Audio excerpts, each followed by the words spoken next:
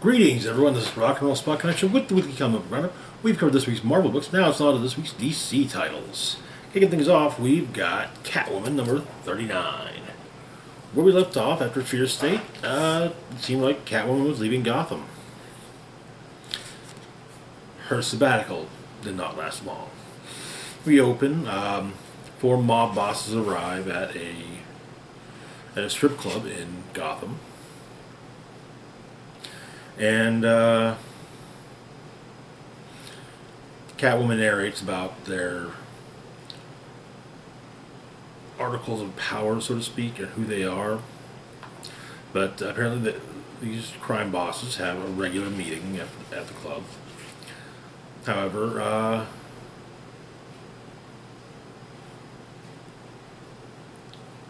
Catwoman has infiltrated the club via the stage. Initially, a week previously, she went to speak with one of the Yakuza boss. They apparently the two had a fling a while back, and but she ended up providing Selena with some information, and so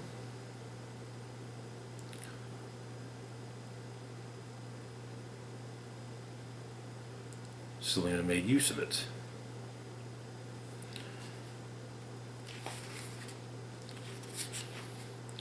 Taking over a shut-up loft in the same building as the club, squatting. But while there, she comes upon a cat. Of course, realizing that the cat was there as a distraction, but she finds a masked man wanting to speak with her. Claims to be part of a group of talented thieves, and, well, they'd like basically extending Selena an invitation. But Selena does Selena declines and does additional intelligence for her job, basically catching up with learning what she can from the wives of the various mob bosses and the girlfriend of the of the Yakuza boss. She attacks, and however, turns out there was supposed to be a fifth guest who arrives fashionably late. That fifth guest, Black Mask. But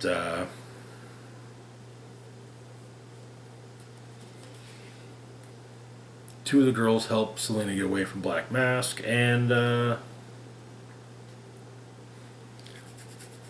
well, she takes them with her because, well, they're not safe there.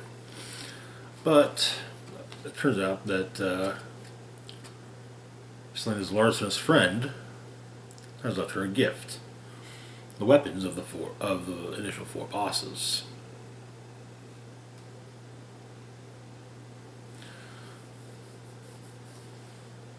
And that is where the issue ends. So this is the first issue being written by writer Tini Howard. Howard, more recently, or further recently, was writing Excalibur for Marvel. She's quite talented. She's quite good. And to be fair, strong first start for her run on Catwoman. I look forward to seeing where it goes. Moving on to our next book, we've got Detective Comics number 1049, part 3 of Shadows of the Bat.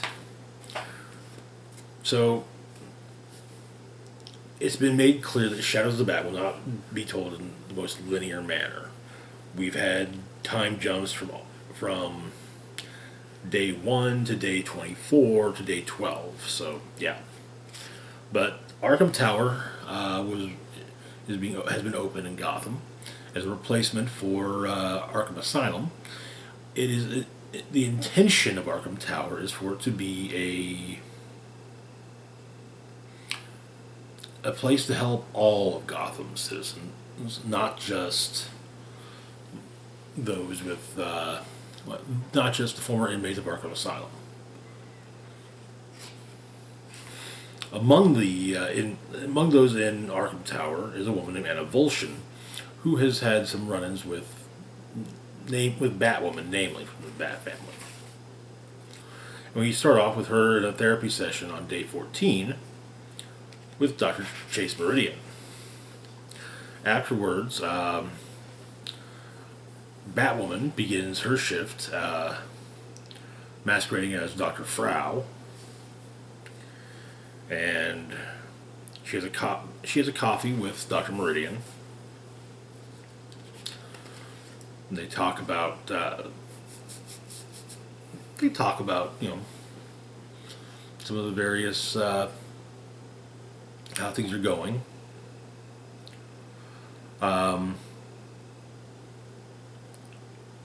Batwoman is given something of a tour, an additional tour, including seeing the arts and crafts room, which includes scissors. Turns out one of those in Arkham Tower is a former villain by the name of Siphon. And in a flashback, we know that Batwoman and Batman had a run-in with Siphon years ago. But Anna Volshin gets up, and one of the maintenance workers offers to help Anna back to her room, and so he's not an orderly. He's just a maintenance worker, and so Batwoman steps in, and her and Anna talk a bit. In Dr. Ware's office, the leader of the Party Crashers is meeting with him. Dr. Ware explains to her that there is a complaint about one of the Party Crashers, Mark, our maintenance worker. Batwoman is listening in and watching. It's presumed that the Party Crashers are getting pharmaceuticals to sell on the street through Dr. Ware, who was shown in flashback in issue 1048, doesn't really much care about the plight of the mentally ill.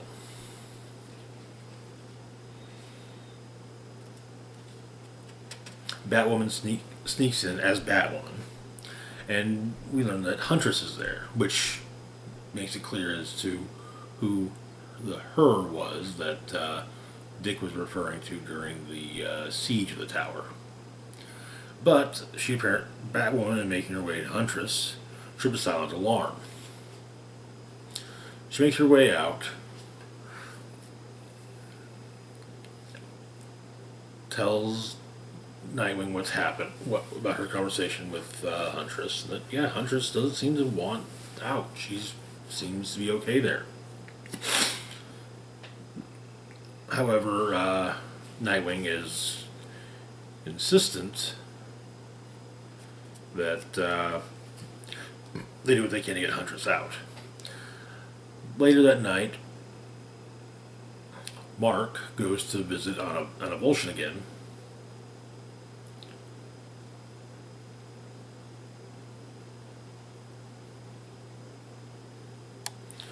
Trying to chat her up.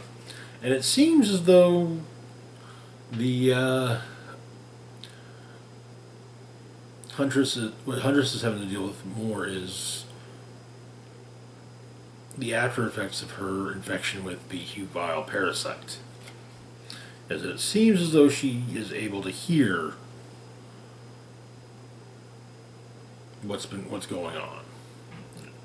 She has a telepathic, potentially a empathic or psychic link, so to speak. Could also simply be that Anna Volshin has one of the parasites in her as well. Moving on to the backup story, the boy. Last we're left off here. The boy was left in the care of a Wayne Foundation run home for young boys. Apparently, the boy is often bullied, but one of the bullies is pulled off him by a psychologist who occasionally visits the home, Dr. Jonathan Crane.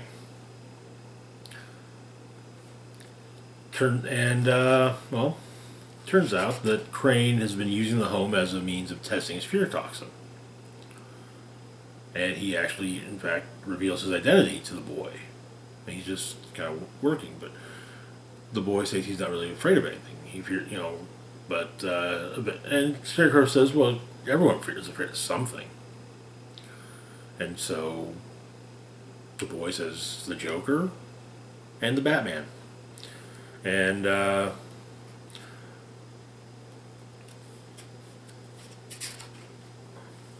next day,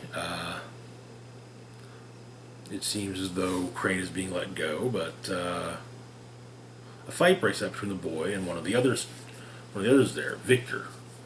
Which I have to wonder if this is pointing to the idea that perhaps Victor Zsasz was also there. But that night, Scarecrow gathers up all the kids in a. They insist, explaining that they're going to go and murder Bruce Wayne that night. And that is where the issue ends. Shadows of the Bat is definitely getting interesting. I was kind of suspecting that her that Nightwing mentioned in Chapter 1 would turn out to be a Huntress, especially with her appearance in Chapter 2. As for House of Gotham, that's also getting very interesting. I have to admit, I like seeing. It's always interesting to see writers inserting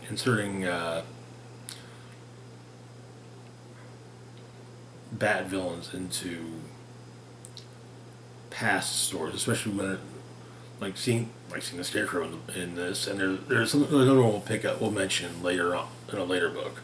But anyway, moving on to our next book, we've got Nightwing number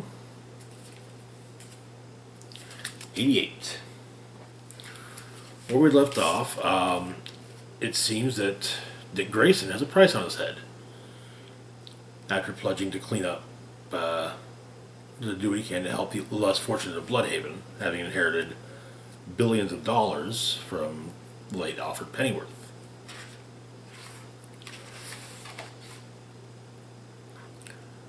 Oracle has learned of the price on his head.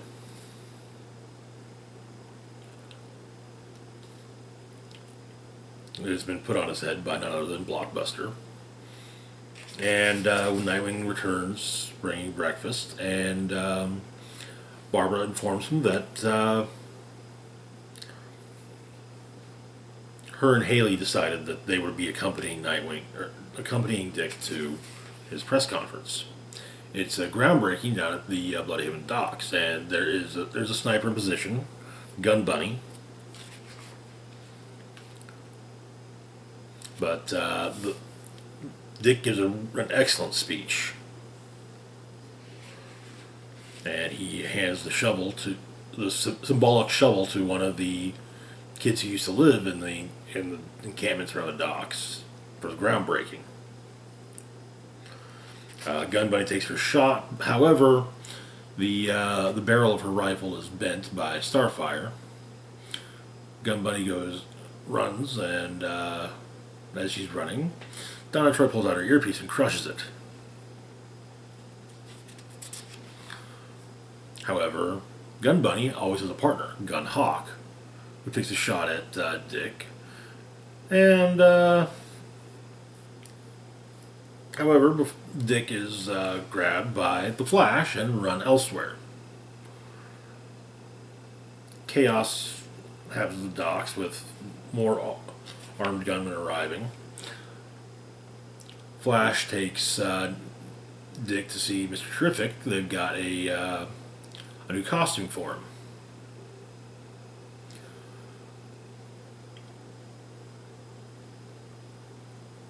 The new suit has been designed to be thin enough to wear underneath clothing, but durable and mobile. Explain that most bulletproof material remains vulnerable to stabbing attacks, but they've worked on making the suit defend against the suit defend against pointed objects. And so,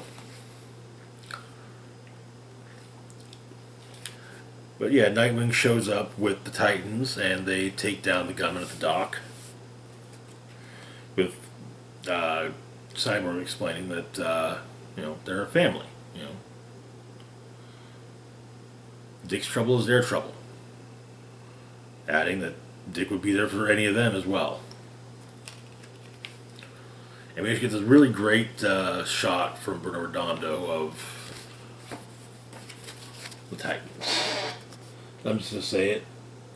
I'd love to see this page turn into a poster, but also I really like the fact that I like it anytime a Nightwing run doesn't just focus on the fact that yes, Nightwing was the first Robin and is like basically Batman's right hand man, that he's been so much more than just Robin, than just the Boy Wonder. He was a founder of the Teen Titans, he's led multiple incarnations and so forth. So yeah. But the Titans, sans Nightwing, show up in Blockbuster's office, and they make it clear that he really shouldn't be going after Dick Grayson.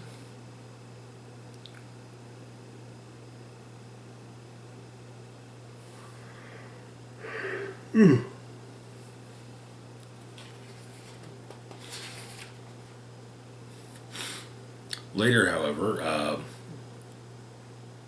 Gunhawk is attacked by Heartless, though. With Gunhawk explaining he got paid $10 million for stopping or for to kill Dick Grayson.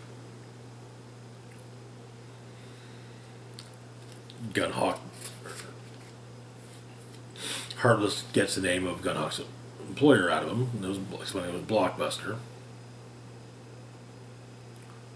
And so, Heartless then asks if there's someone who will miss Gunhawk, someone who relies on him. And then Heartless takes Gunhawk's heart, having also added that upon learning it was Blockbuster that hired Gunhawk, that he knew he was going to have to deal with Blockbuster at some point. He'll need a bigger jar to hold what he's going to take from Blockbuster, though. But that is where the issue ends. Taylor's run on Nightwing's been great. I love it. I really do.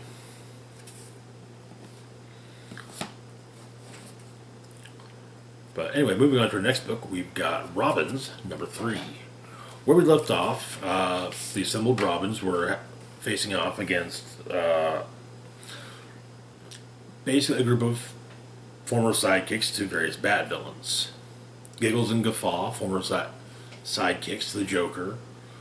Honeysuckle, a former sidekick of sorts to Poison Ivy, so on and so forth. However, the last issue ended with Giggles and Guffaw seemingly turning into the Joker. Each of them doing so. Turns out it's the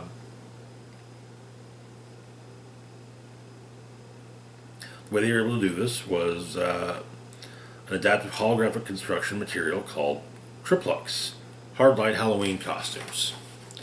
But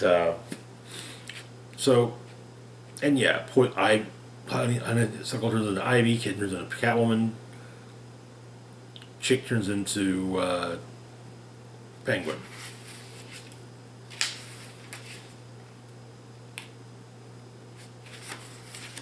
But Nightwing is able to figure something out. The back computer hack, all the information is in the Triplux, so they're able to basically have this. They're basically wearing information from the hack. Next, explain their suits are literally made out of Batman's analyses of criminal skills, strengths, and weaknesses. Batman's memories of who his enemies are, detailed data, but skewed by a personal perspective. That same data was used to prep them to fight them. Students taught by Batman. So he suggested to take them down, they need to use whatever they learn from anybody else. Nightwing takes down not Catwoman or Kitten with the pull me close twist, which he learned from his old girlfriend Starfire for combat.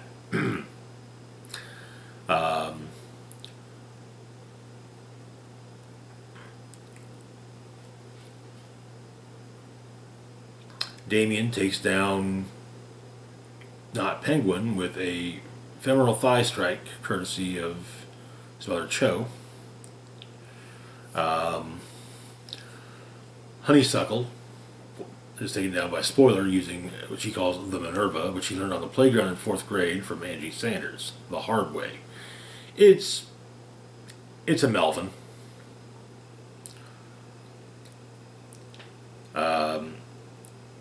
One of the two Jokers, either Giggles or Guffaw, is taken. I think Giggles is taken down by Red Hood using the hair rocket hug, also learned from Starfire.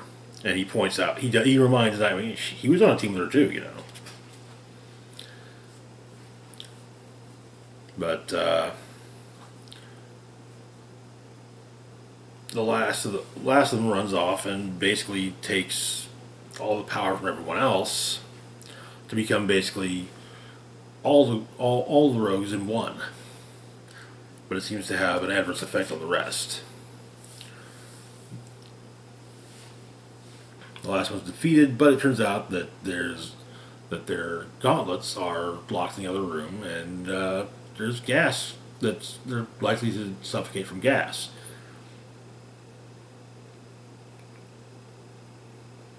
Nightwing formulates a plan, but Red Robin Tim Drake refuses to cooperate, citing what the Obia man did to his parents.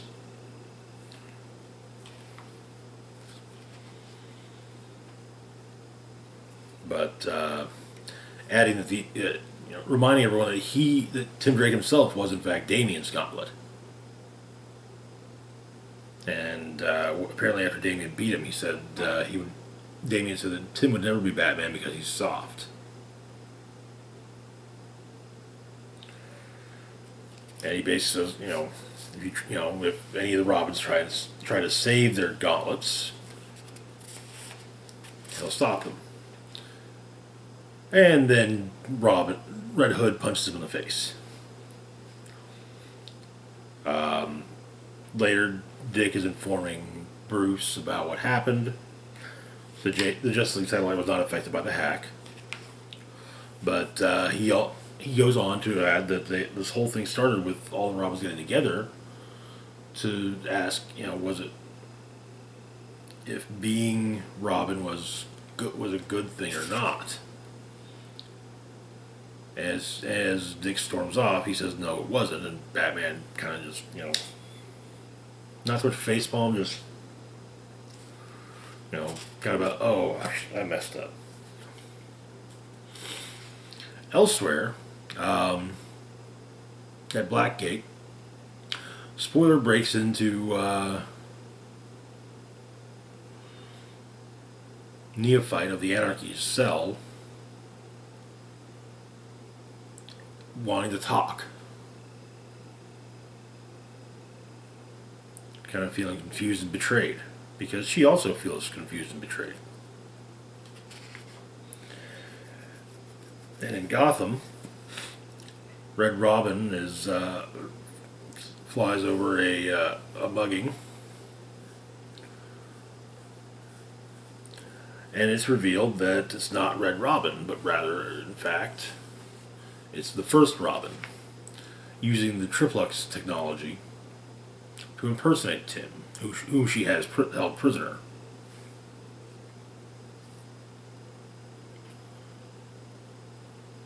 Saying that if only she hadn't failed Batman's Gauntlet Zero, because no one remembers her, but they will know her name. They'll sing it sweetly like a robin up. Oh, dearest Jenny Wren, if you will but be mine. And that is where the issue ends. I gotta say that was an interesting way to do things. I'm hoping we get more of Jenny Wren's backstory over the course of this miniseries. So fingers crossed there. I'm really enjoying it. Moving on to our next book, we've got Blue and Gold #5. The Peacemaker variant. Which I must say, the first couple episodes of Peacemaker were excellent. I may have, once the season's over, I may have to do a review of it, and maybe also figure out how to figure out a review how to figure out reviews for the Disney Plus shows. Anyway, so the next issue blurb for this for last issue said that Rip Hunter was coming. In the present, at the opening of Blue and Gold Solutions, they're being attacked by Omnizon. Potential customers are watching, and some fans of Booster and Beetle. They're doing what they can against Omnizon, but yeah, goes back to how things started up, and we get some single panel bits from talking to some of their would-be customers. And Terry, who's helped them set this whole thing up, kind of says, "How do we, basically, how do we weed out the cranks?" And Booster kind of says, "We give everyone, listen to everyone's story and figure out go from there." But Omnizon demands to be first, starts a fight, and Beetle kind of points out that maybe her claim is actually kind of legit. Two of the people at the opening, it turns out, are people on the not Twitch subscribers on the not Twitch stream that Booster runs. One is there to hopefully go on a date with Blue Beetle. The other is there just to get Booster's autograph. But Rip Hunter shows up,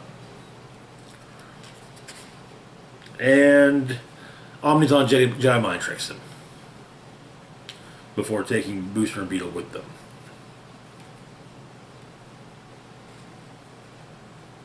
But Rip Hunter also points out that maybe Omnizon's not wrong.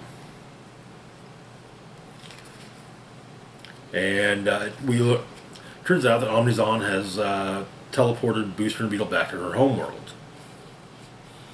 And it turns out that Earth was claimed to be part of their empire 70,000 years ago.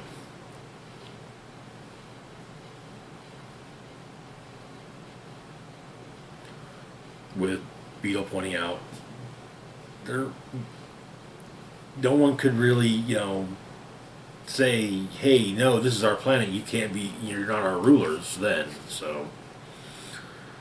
But for arguing with the ruler, they are sentenced to death by combat. And the issue ends with Booster asking if he can get a reset. As with the rest of the series so far, it was a fun issue.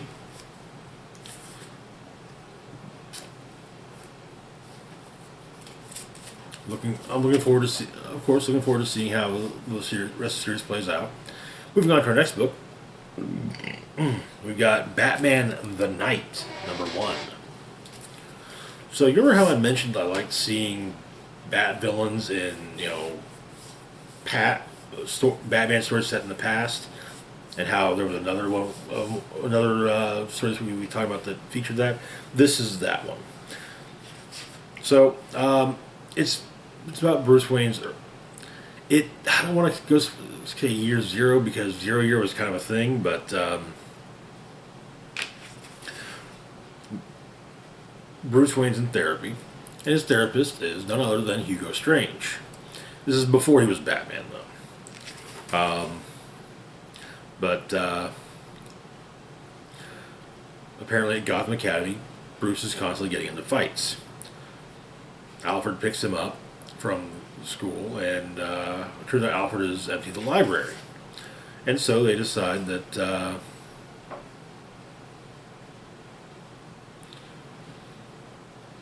he explains that his parents bought books for a solution.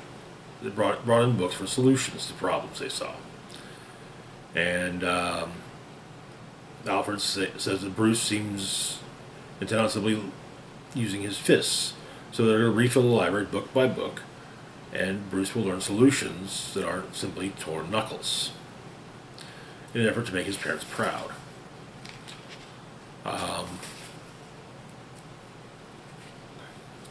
But apparently, one of the bullies seems to end up having a lot of misfortune befall him, and opts not to return to Gotham Academy. But the books that Bruce is reading are rather interesting to Alfred's eyes. But Bruce still has nightmares of the murder of his parents. We learned that there was a point where apparently Bruce Wayne was planning to become a cop. But I don't necessarily want to say girlfriend, but kind of does feel like she's supposed to be set up in that manner. Says that being a cop's a bad idea, and that Bruce needs to think bigger for a handful of reasons, like, you know. But she even goes as far as to say that he doesn't want revenge. He doesn't want justice. He wants vengeance. And insists he thinks bigger. But Hugo Strange points out that Bruce's knuckles are kind of messed up.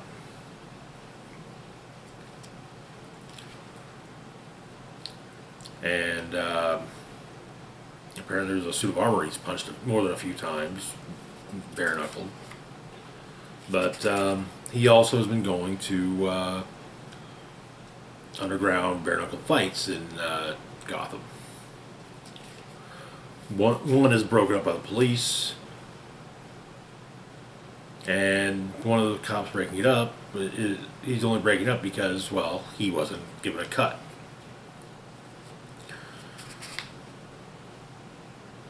When Bruce is released, he tries to report what he heard, but no one's willing to listen. After all, the guy's still out of touch. After all, his next of kin is his butler. But Alfred berates Bruce for the whole thing, adding that, the people that they're not, it's to get some extra money for rent in the hopes, provided their winnings don't, aren't canceled out by their hospital bills. But Alfred feels like he's failed Bruce. And Alfred says, that Bruce has been given everything. And suggests that Bruce prove he deserves it. Back with Hugo, Bruce says he looked into hypnotherapy, which is what Hugo Strange's feature uses for therapy, and apparently what Hugo does is much more similar to stage hypnosis rather than. But he also and apparently Bruce looked into his friend Dana's dwindling finances and noted that the finances were dwindling into an offshore bank account as the police show up. The implication being that I would say that it's implied that Bruce called the police, let them know what he discovered, and they came for Hugo Strange. When Bruce leaves, and he tells Hugo that he's going away to think bigger. That is where the issue ends. Solid first issue.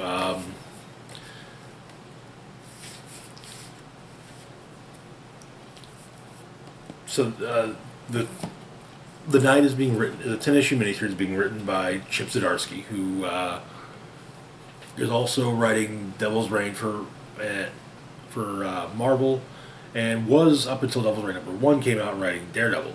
So yeah, but good stuff. I like the introduction. I kind of like the introduction of Dana. It'd be kind of nice to see someone maybe pick up that character in a future, a modern day set arc. See what's become of her. See if her finances continue to dwindle, or if she's managed to get back on top of things. Anyway, moving on to our last book of the week, we've got Batman vs. Bigby, Wolf in Gotham number 5. Where we left off, Batman and Bigby had caught up with Bookworm, who was apparently stealing his, his intended book. However, he uses the magics of the book to incapacitate Batman and also bring down Bigby briefly.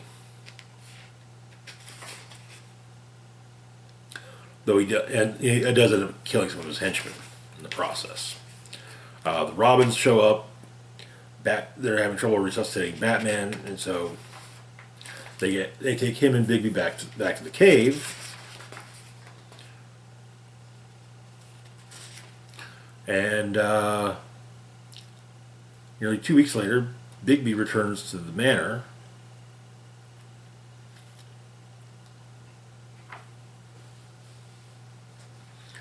Having been given instructions on what to pick on grabbing certain things for Bruce, who is apparently saying he's stuck in his room, stuck inside the manor, and unable to go out and be Batman. But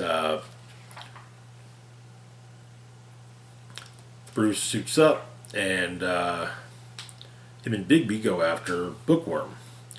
Turns out, well, physically speaking, it is Bookworm. It's not just Bookworm who's masterminded this whole thing. It's another entity who's apparently taken residence within Bookworm's body. And by a ritual, he'll live. It seems he'll live longer. But Batman and Bigby go after them.